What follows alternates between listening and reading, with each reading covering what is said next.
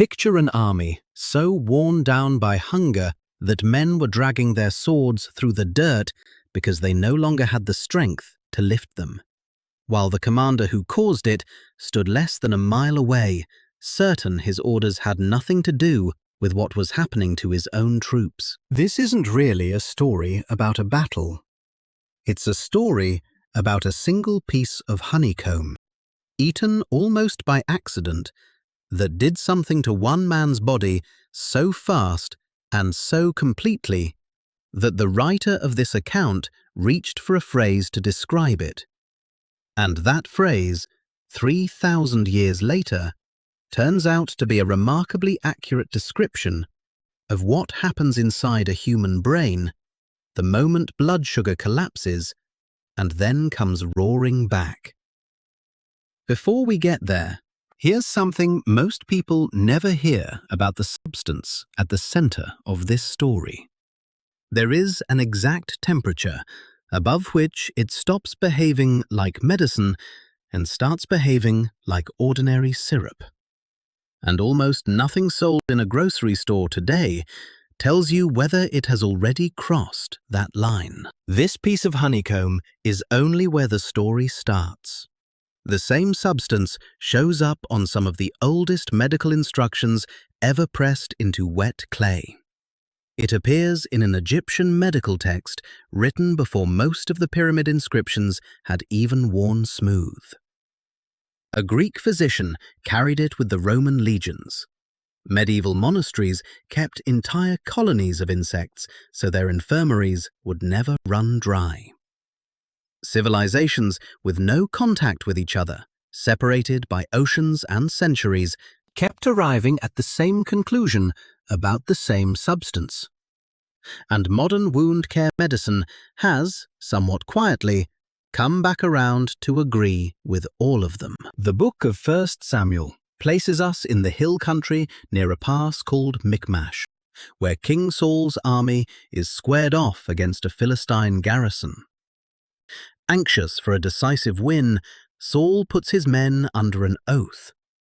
Nothing to eat, nothing at all, until the fighting is finished and the enemy broken.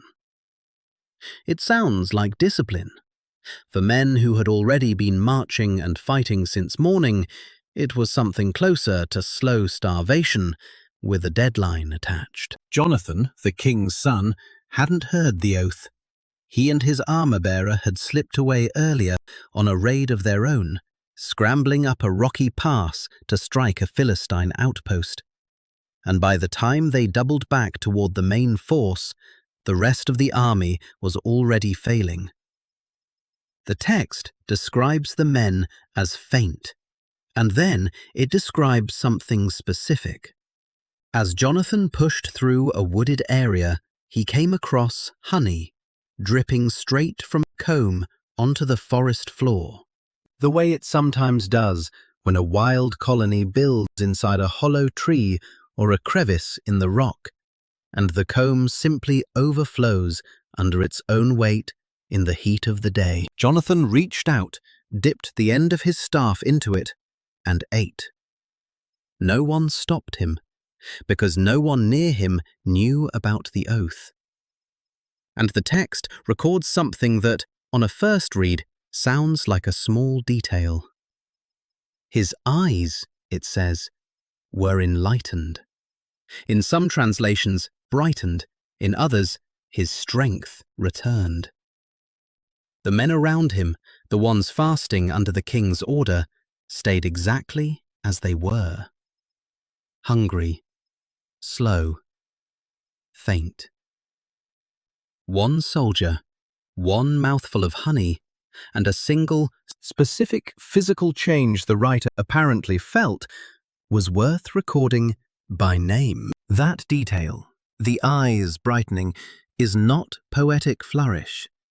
In modern terms, in what clinical medicine now understands about blood sugar and brain function, it is close to a textbook description of what happens when a person in mild hypoglycemia receives a dose of fast-acting carbohydrate. The brain runs almost entirely on glucose, and it keeps very little fuel in reserve. When blood glucose drops, the first systems to falter aren't the muscles.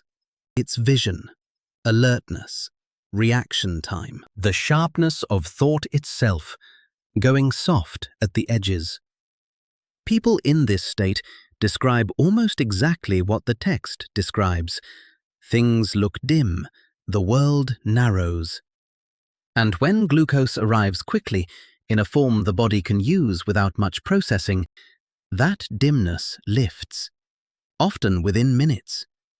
Clinicians describing this recovery to patients today sometimes land on almost the same word Scripture used 3,000 years earlier. Things brighten. Honey is roughly 2/3 simple sugar, with a near even split between fructose and glucose, the exact ratio depending on which flowers the bees were working that season. That glucose fraction absorbs directly through the intestinal wall into the bloodstream, with very little digestive processing required, which is part of why honey, in places with no laboratories at all, earned a reputation as the thing you reach for when someone collapses from exhaustion or goes pale and shaky in the field. Small studies in sports nutrition have looked at honey as a pre-exercise carbohydrate, comparing it to refined glucose and finding broadly similar effects on blood sugar response and endurance. Early work. Modest in scale, but consistent with what that forest scene in 1 Samuel was already demonstrating, long before anyone thought to measure it. By the time evening came and the oath finally lifted, the army was in such rough shape that men began slaughtering animals and eating the meat before it had been properly drained of blood, a violation of the dietary law they'd been raised under, committed not out of defiance, but out of sheer depletion. Saul had to intervene to stop it.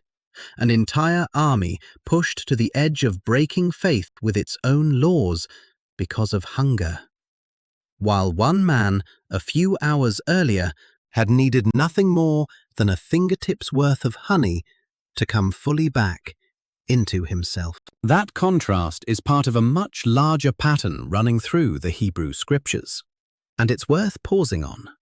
The phrase, "a land flowing with milk and honey," appears so often across the Pentateuch, describing the promise made to Moses, repeated to the people in the wilderness, repeated again as they prepared to cross into Canaan, that it functions almost like a refrain.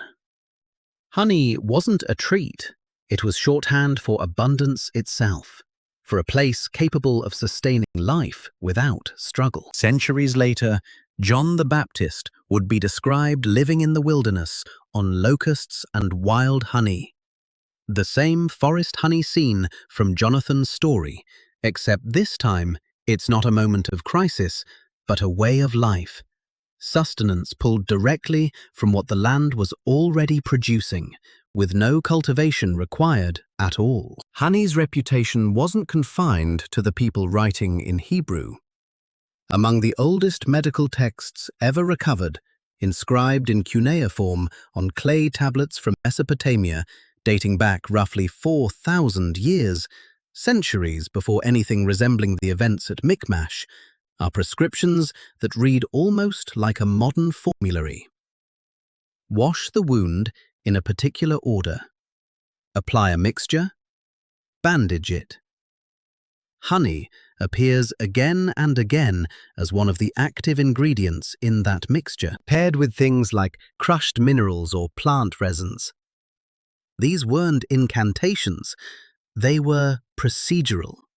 The kind of writing you produce when you're trying to make sure the next person, 2 generations from now, gets it right. Here's the part of honey's chemistry that usually gets flattened into a single word: antibacterial, when it's actually 2 separate mechanisms working at once. The first is osmotic. Honey is so concentrated with sugar and so low in free water that when it's placed against a wound, it pulls moisture out of any bacteria sitting in that environment. including the moisture those bacteria need just to survive. It's the same basic principle that made salt a method for preserving meat for thousands of years. Except instead of salt drawing the water out, it's sugar. And instead of preserving food, it's starving microorganisms where they sit. The second mechanism is enzymatic, and it's the one almost nobody outside of honey research ever hears about. As bees process nectar into honey, they add an enzyme called glucose oxidase. Sitting in a sealed jar, that enzyme does very little. But the moment honey is diluted by moisture, say the fluid naturally seeping from an open wound, the enzyme activates and begins slowly generating hydrogen peroxide, the same compound used as a disinfectant, except released gradually in small amounts over hours rather than all at once. Two separate mechanisms, one built into the sugar itself, one added on purpose by the insect that made it. The people inscribing those Sumerian tablets had no language for either one. They had centuries of observation that wounds dressed with honey simply behaved differently than wounds left alone. Move forward a few centuries and across a border, and the pattern repeats. The Ebers Papyrus, an Egyptian medical scroll dating to roughly the middle of the 2nd millennium BC, contains hundreds of remedies, and honey threads through an enormous number of them. For wounds, for burns, for digestive complaints, often mixed with animal fat and plant fiber, into a paste that was packed directly onto an injury and held in place. Egyptian physicians weren't simply applying honey and hoping. The grease and fiber combination created something close to a seal, keeping the wound's surface moist instead of letting it dry out and crack open at the edges. Here is what almost no one mentions about that detail, and it's worth sitting with for a moment. For most of the 20th century, Western medicine operated on the opposite assumption, that wounds needed air, needed to dry out, needed to scab over, because a dry wound was thought to be a clean wound. It wasn't until research in the early 1960s, examining how wounds actually heal under controlled conditions, demonstrated that wounds kept moist healed measurably faster, with less scarring, than wounds left open to the air. That single finding reshaped modern wound care. It took roughly 4,000 years for medicine to circle back around to something Egyptian physicians were already doing with honey, animal fat, and strips of linen. Greek medicine absorbed a great deal of this and then carried it forward. And the bridge into the Roman world has a name attached to it. Pedanius Dioscorides was a Greek physician who travelled with the Roman army during the 1st century AD. And the pharmacological reference he compiled, De Materia Medica, became the standard medical text used across the Roman world for the next 1,500 years. Picture an army surgeon stationed along a frontier somewhere in the Roman provinces, working from a kit whose contents were dictated, ultimately, by that text. Honey is in it, recommended for wounds, for coughs, for sore throats and eye irritation, the same combination of uses that had already been documented in Egypt and Mesopotamia for thousands of years before Dioscorides ever picked up a pen. The cough use is the one that survived most intact into the present, repeated by grandmothers in kitchens long after most of the rest of ancient medicine had been quietly set aside. And this is where the science is more interesting than people usually assume, because the mechanism for honey and a cough isn't the same as the mechanism for honey on a wound. Research published in pediatric medical journals has directly compared honey to common over-the-counter cough suppressants in children, and in several of these comparisons, honey performed at least as well, sometimes rated better by parents for reducing nighttime cough frequency and severity. But the leading explanation isn't that honey is killing something in the throat, it's mechanical. Honey is thick. It coats irritated tissue, may stimulate a small increase in protective saliva and mucus, and appears to calm the nerve endings that trigger the cough reflex in the first place. Different problem, different mechanism. Same substance, which is part of why honey kept showing up across so many traditions. It was never one trick. It was several, layered into something that looked, on the surface, like nothing more than a sweetener. There's one more piece of this picture, and it comes from much closer to the present, though it grows directly out of everything that came before.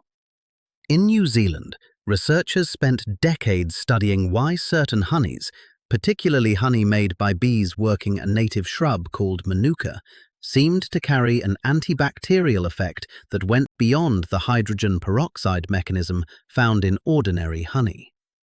What that research identified was a compound called methyl glyoxal, present in manuka honey at levels far higher than in most other honeys, and shown in laboratory studies to have activity against a range of bacteria, including some strains that have grown resistant to common antibiotics.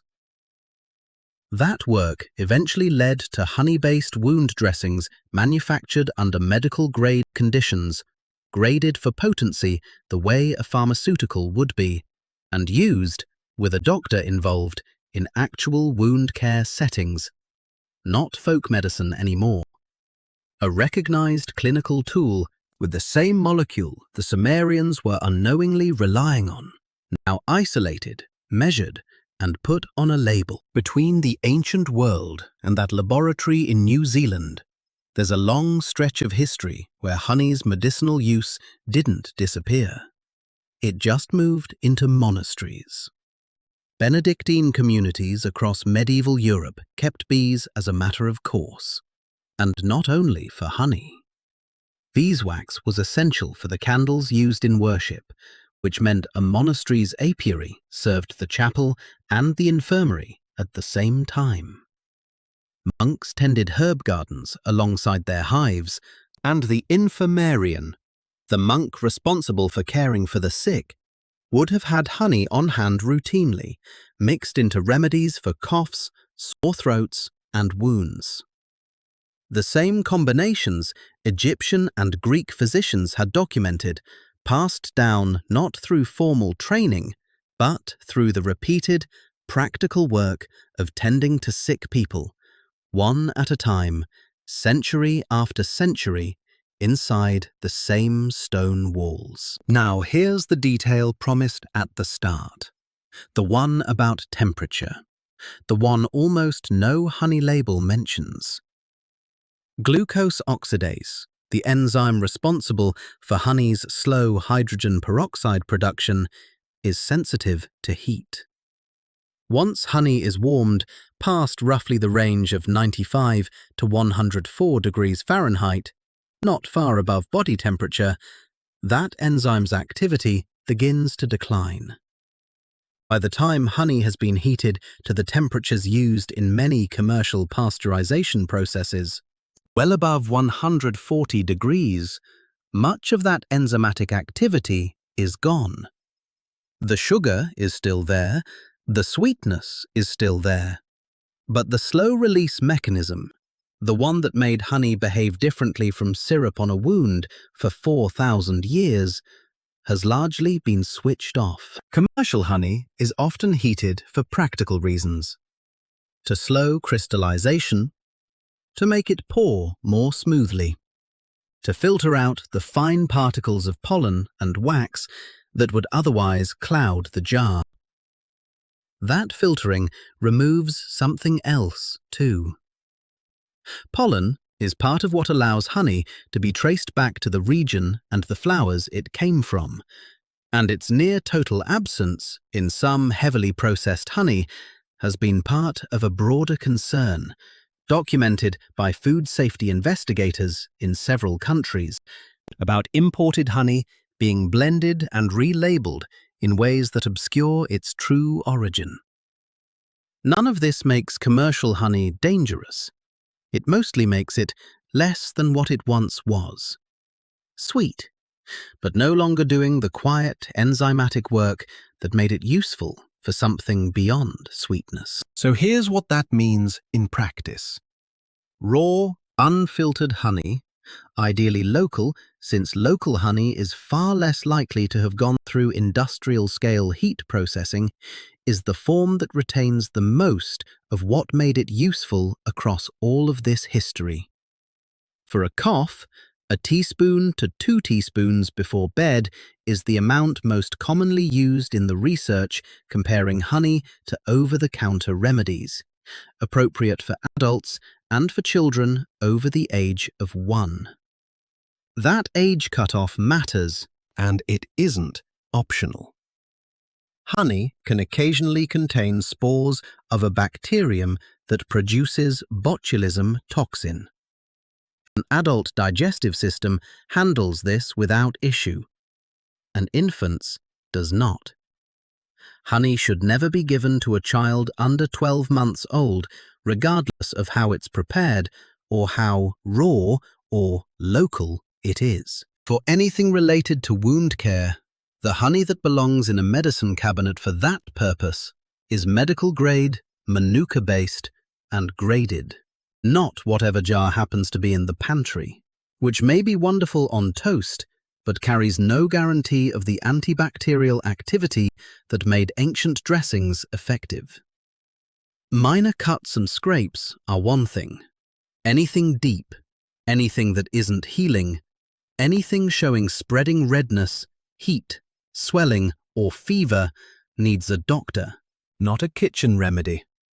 And honey was never meant to replace that kind of care, even in the traditions that relied on it most.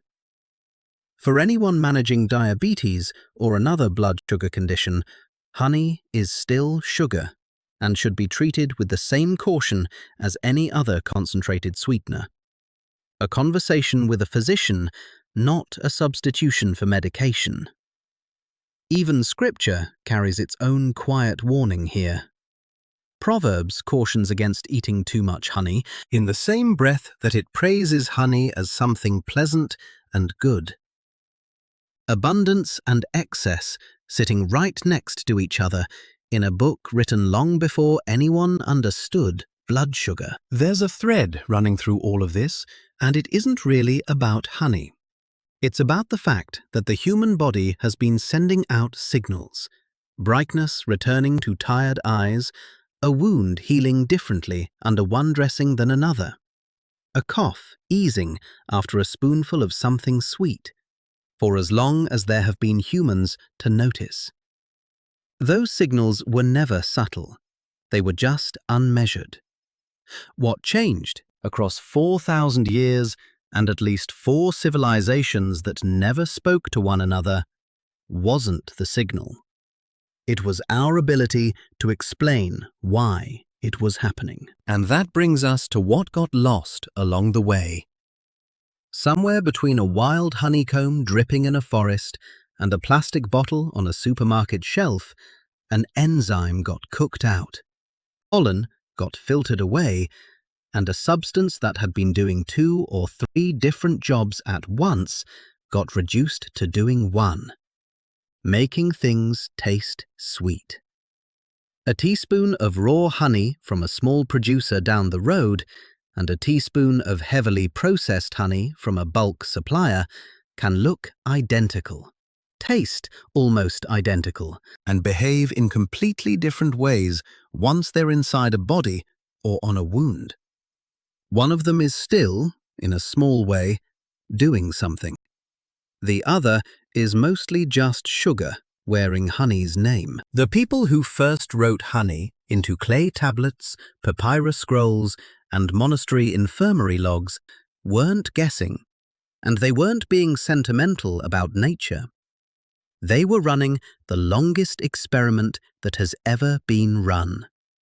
Generation after generation of people, watching what happened to other people, writing down what worked, and quietly dropping what didn't, until the pattern became too consistent to ignore.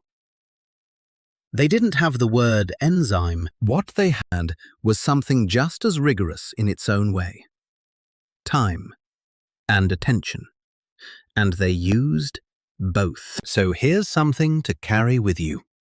The next time your focus goes foggy in the middle of an afternoon, not exhausted exactly, just dimmer somehow, harder to think clearly through, it might be worth asking what that feeling actually is, instead of reaching automatically for more coffee or writing it off as just age or just stress. Jonathan's eyes brightened because something specific happened inside his body, something we can now name and explain. The dimming most of us feel several times a week, quietly, without ever connecting it to anything. What if that's the same signal, just one we've gotten so used to that we stopped asking what it means? If this kind of conversation matters to you, hit like and subscribe, and share this with someone in your life who needs to hear it. Leave a comment telling me which one surprised you most. I read every single one. New content every week. We are just getting started.